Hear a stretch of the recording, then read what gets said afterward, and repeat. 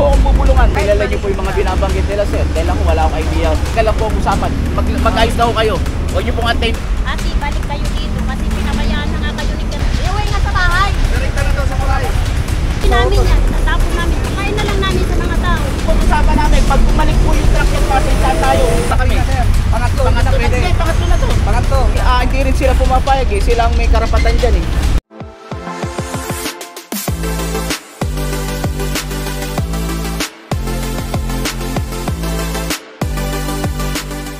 Sila ngayon, hindi binabanggit silang ate. Halika ate. Ate halika. Binabanggit silang Kernel. Doon daw sila pinapwesto. Harbor kami sir, diba? Sila may yung tubo. Ngayon, pinabalik kami ni ano dito, ni Kubatong dito para sabi ni Kernel, kahit siyan maliit lang Yung Kubatan? Yung ano nang Isa nila. Hindi mo matawag natin kasi bakit pa namin yan dyan eh. Sa akin kasi naunawaan ko kayo. Ang problema, ako sumusunod lang din ako sa utos. Wala nga ako idea, nababalik pa sila sir kasi pangalawang beses na sila pumunta dito eh. So, hanggat may concern, pupunta talaga yan sila dito kasi siya rights yan ng company. Pagkakalam ko, si Mamihan ang ano yan. Kasi ako, butante, sabi ko, butante ako dito sa Barangay 128. Ngayon, sabi, wala ka pala problema kasi Barangay 128. Hindi, kahit, di ba yung napag-usapan nakaraan, yun daw kayo palipatin? Hindi nga pwede si, ano dyan, ayaw ni Kernel kasi gagawin nga niya yung hindi rin sila pumapayag eh. Sila ang may karapatan dyan eh. Hindi ang bakasyon nila sir, dito ka lang pwede magtinda. Kung nga hindi na sila pumapayag, sila may karapatan nyo dyan sir eh. Sila po may karapatan dyan.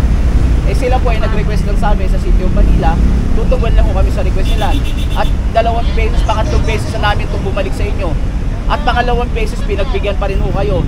Yung pangatlong beses inabutan na naman ho namin kayo dyan. Kasi ano po ang gagawin natin kasi sir? nakuha kasi si Kernel na itinda. Hindi kami doon pwede pero dito lang kami binigyan ng pisto. Ano yan? Hindi, alam naman yan. Kahit hindi kung may document ba kayo sir na kasi si admin or si operation namin sir na halos daily pag dumaan si VP namin same concern, bakit hindi pa natatanggal yan? Pabalik-balik eh, sabi ko Kasi kami naman nagtinda kasi nga Ayun, sabi pala sa admin ay bakit hindi pa raw ito natatanggal, ba't bumalik, kaya nag-request po sila ulit sa DPS.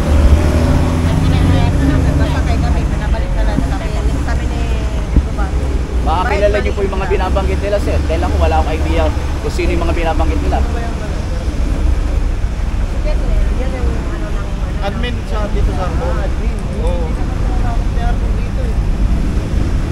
Kasi yung tubo, Kaya niya, halimbawa, kasi ito, busagop na kuha niya ni Harbor eh. kalabas na yun, yung tubo yung Harbor eh. Kasi yung tubo, nangupahan sa Harbor. Bali siya yung, yan ang admin ng kwan dito, yung mabibigay.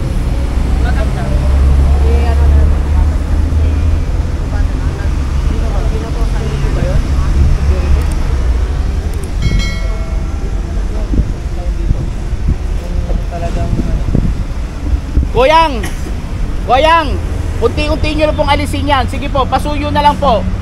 Sige kuya, ipakiligpit nyo na ho yung mga yan. Sa akin nakakarga na lang sa sidecar. Sige po, alisin nyo na po yan. Pasuyo na lang po. Nakikiusap na po ako sa inyo. Huwag nyo pong antayin na hilain ho namin yan.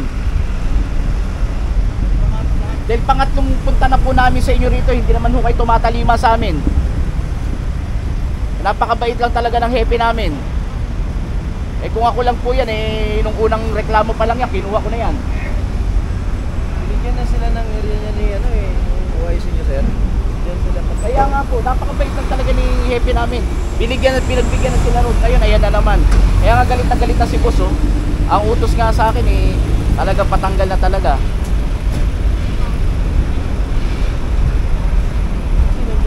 Hindi ko naman kilala, tsaka wala naman tayo proof.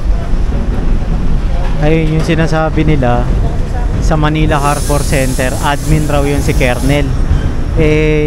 Sila sir naman yata sa Tugo. Ayan, sila po yung nangungupahan dito sa Manila Harbor, yung Tugo po.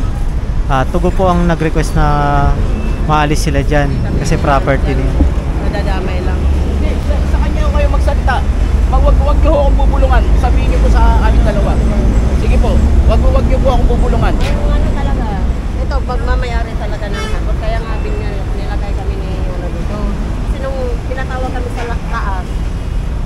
sabi ni Kernel dito, kahit maliit lang, kay siyempre anak buhay din naman yan, sir. O hindi, di ba nakita niyo naman, hindi kami nag, ano dyan, ng tinda-tinda ng ano, kung ano yung tinda namin na soft drinks, kanyan lang. Basta di kami pupunta dito, kaya nga naglilinis kami dito, pati sa harap. Kita niyo naman.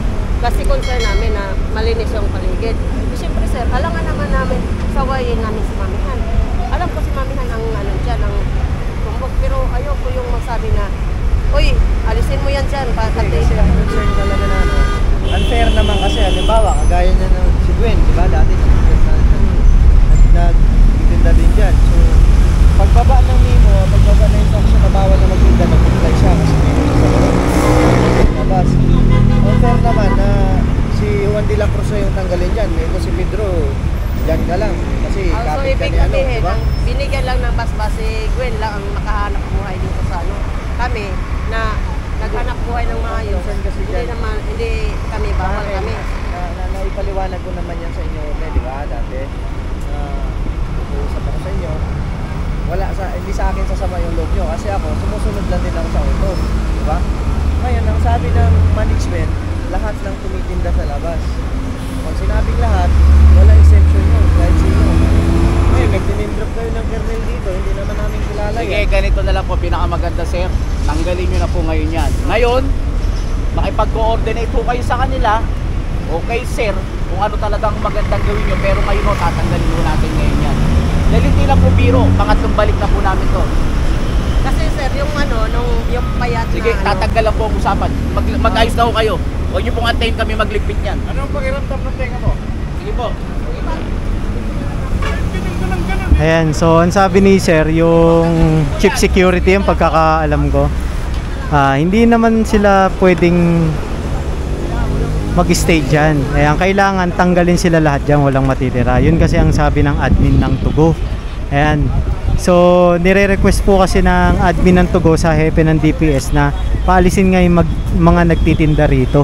Ayan, baka kasi hindi nyo narinig dahil medyo maingay rito sa Road 10. Ayan, nasa boundary nga pala tayo ng Navotas at Maynila. Ayan, kaya pinaalis to. Kasi pangatlong beses na itong pinuntahan eh. Sige po. Hindi po kami aalis dito hanggang di po tayo nakakaalis dyan.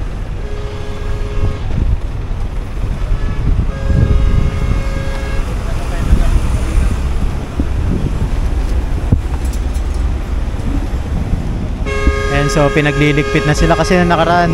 Ano na to eh, tinanggal na to eh.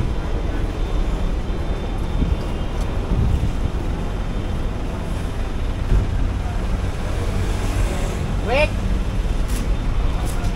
Pare! Pare nga Rick. Ay! Ano, Manuela? Dito lang kami, antay namin to. Magtapon na kayo, balikan nyo kami rito. Dito lang kami. Ayan, so magtatapon muna to dahil punong-puno na yung truck natin. Tapos, Ayan. Hintayin natin yung pagbalik ng truck.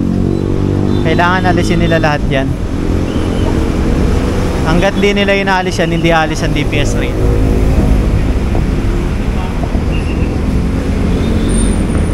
Hindi natin alam kung sinong kernel yung binabanggit nila ate. Bali, admin raw dito yun sa Manila North Harbor. Ayan, kasi ang Tugo nangungupahan dito sa Manila North Harbor. Yun ang pagkakasabi nila kanina. So, hindi natin alam kung nag-uusap ba yung dalawang admin ng Tugo at North Harbor. Ayan, so malalaman natin yun sa mga susunod pa. Kapag bumalik ulit dito sila ate. araw-araw nga daanan nyo to ha.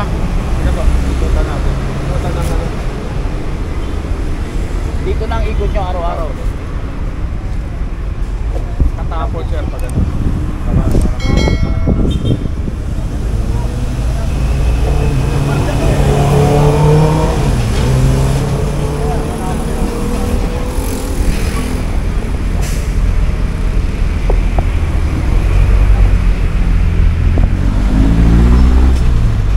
Nagbigyan na po kayo ng 2 beses na.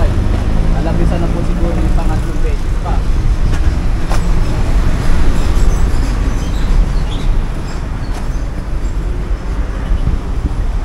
Ito sila ate, maraming tatanggalin kasi talagang naglagay sila ng mga lamesa, mga kahoy na sabitan. Ayan, kaya iniisa-isa na nila tanggalin. Tapos sila kuya, naka-tricycle naman. Sidecar ba yan? Tricycle. Kaya madali nilang naligpit yung gamit nila. Huwagin yung mga tawan yan. Ayan,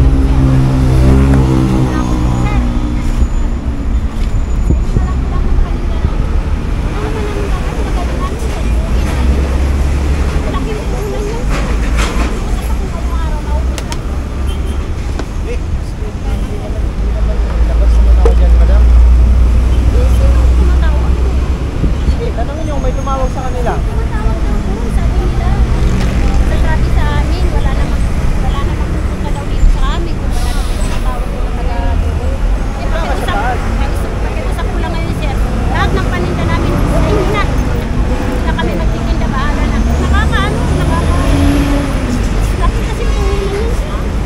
Nawa ko naman yan eh. Ako, sumusunod lang naman ako sa utos. Pakain na lang namin sa mga tao. Wala naman akong direct na contact sa kay DPS eh. Ngayon, kung pupunta man yan sila dito, wala si security, hindi si security yung nagtawag. Si management. Sabihan na nga kami doon, di ba, pinapipisto kami doon. Sabi ng mga security, ate, balik kayo dito kasi pinabayaan na nga kayo ni Colonel dyan eh. Okay na kayo dyan, di wag kayo dito. Kasi sinabihan daw sila ng mataas dyan kay Colonel. Ano nila? Dami kasi yan sir eh. Ano yun, di ba nga namin na ano yung puhunan eh. Okay lang yun sir, basta pakain na lang namin yan lahat. Kung ganun yung advice dyan sa kabila, eh dito, pinagbabawal din ng management. Mas may karapatan kasi dito, kasi dito ko, kasi ganyan yung gusto dito eh. Nagtangahon kami sa Sige po kuya, wag niyo pong simpleng ililipat lang po doon. Aalisin po natin yan. Ate, aalisin po natin yan. Wag lang po natin ililipat doon. Pasuyo na lang po. Kasi meron nga ako tumatawag sa mga Hindi po kami nagkulang ng paalala sa inyo ate. Pangatlong beses na po namin balik dito sa inyo. Tama na nyo magkukulang sa chat.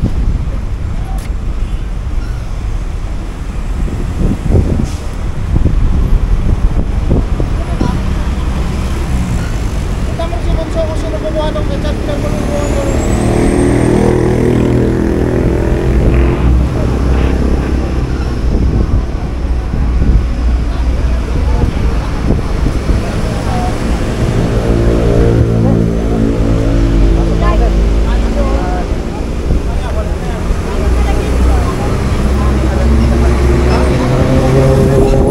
Ayan, so nag-uusap lang si Boss Egay saka yung head security ba to?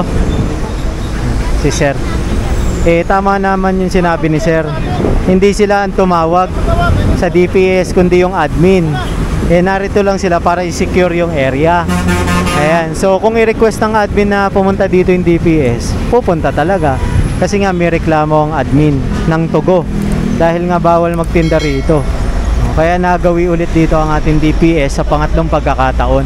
Eh ngayon, nasabi ni ate, hindi man lang nila nabawi yung puhunan. Ibibigay na lang nila yung pagkain sa mga tao. Ayan. Kaya nga umuwi ka na, kukuha ka na sa edgar doon.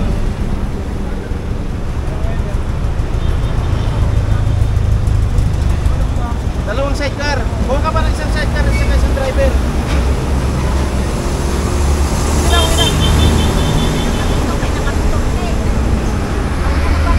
And so, fast forward na natin to. Huwag lang po natin ililipat. Pakita mo dyan. Nakapiusap po kami. Huwag niyo pong antayin. Pagbalik po nung truck, wala na pong alaman-laman yan. Baka mapuno po yung truck doon. Ayoko pong kumpiskahin yung mga gamit nyo. Nakikiusap na po ako sa inyo. Huwag niyo lang pong ilipat doon. Alisin niyo na po. Alisin na po.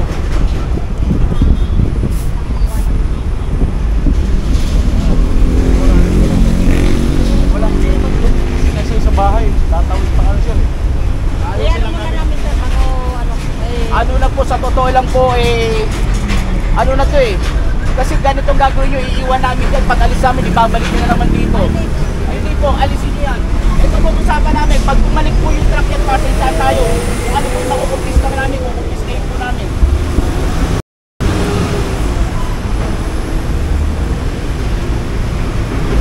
Ay, ano na lang natin yung ano muna. Hindi natin makakaya yan. Dalawa lang tayo eh.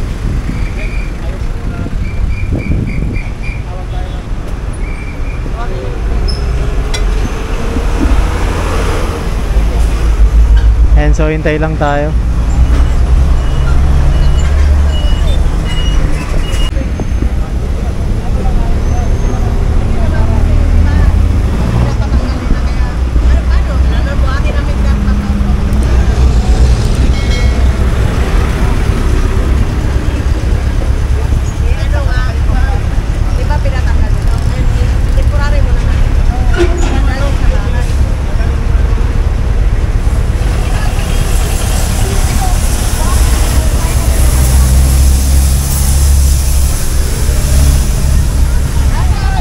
Bawal din sila dito eh. Eh ang system nga nangyayari sir eh, tatanggalin na rito, ililipat din na ron. Aantay lang kami umalis, babalik na naman. Kaya nga ano namin, pagdating ng truck namin, pinagbigyan na namin sila ng mga bang ano, mangungumpis ka na kami. Pangatlo, Pangatlo na to. Pangatlo na to. pwede. Ay hindi ngayon, hindi na pwede. Pangatlo na po to. Ayan, so pinagbawalan rin sila ng security pumesto doon. Kasi nga bawal talaga rito eh.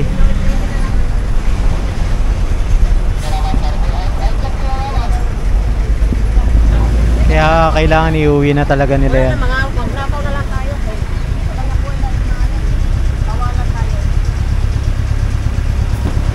Ito nga, magnanakaw nga dito. Hindi na kami.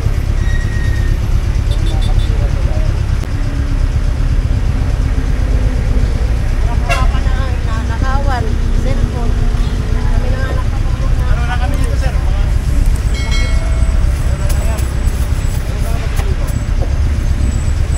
Uli yung nakaharapan ng nakaw, kawawang. Sante pa. Direkta mo na sa tulay. Huwag mo na to sa kanila. Ayaw ni dito. Hindi naman kami pupunta sa kabila. Iuwi nga sa bahay. Direkta na to sa tulay. Wala na. Umaya na kayo.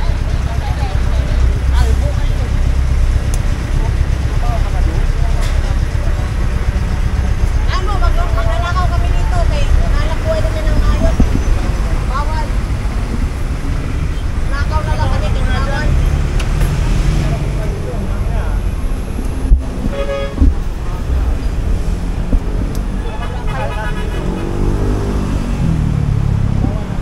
Buti pa, hindi na lang tayo nagiging butante dito kung ganyan lang lang. Presidente kami dito eh. Sabi nga nung barangay ko tayo. Ako ba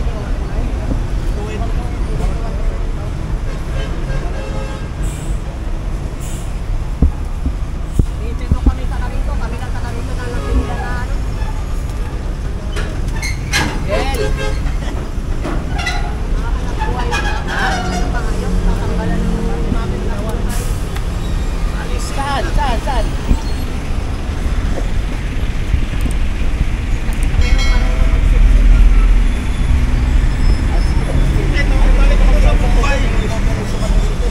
Mapupunta sa shop. Tuloyan na lang yan. Shop.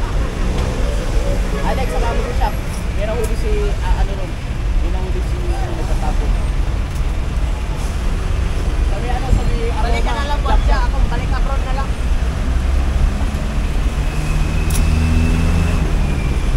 Bawal tayo maghanap buhay. Ayan, so pinaalis na kasi sila rito.